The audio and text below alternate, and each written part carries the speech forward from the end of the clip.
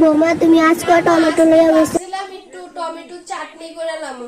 ভাবলে হইতো না তো, আমরা করে কেউ টমেটো খায় না, তোমার ভাবনা দিয়ে হতো না। আচ্ছা মা। মোনা ওই আলমারির নিচের তাকে দেখ রাখছি।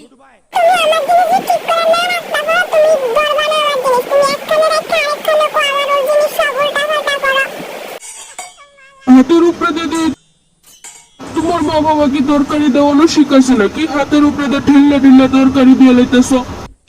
দিদি নো সাডানো। প্রভুতি আমার ভাইয়ের লেগে যে ভালো একটা আলাপ পাইছিল, তুমি জানি কইতে আয়া উইরা বইসা আমার ভাই। বৌমা তুমি আজকে টমেটো লইয়া বইস। মা সংসারটা আছে না আমি চালাই, আর রান্নাঘরটা আমি চালাই, বুঝছেন? তো আমার যেরকম মনে হইব আমি এমনই রান্না করব। আমার ভাল লাগলে খাইবেন, না ভাল লাগলে খাইবেন না, আমার কোনো তাতে কিছু যায় আসে না। মনা নিজের জিনিস নিজে রাখ। মা সারা জীবন তোর লগে থাকতো না যে জিনিস সামলায় রাখতো, নিজের জিনিস নিজে সামলায় রাখানোর লেগে চেষ্টা কর। কি গো বেলা কয়টা বাজে? ভাতটা দিতা না নি? কে রে? আমি তো তোমারে বাদ দিলে তোমার পছন্দ না, যে তোমারে বাদ দিলে পছন্দ তারা যায় কো বাদ দিত, নাইলে নিজে লইয়া খাও। আমি পারতাম না বাদ দিতাম। দিদি নো সাডানো।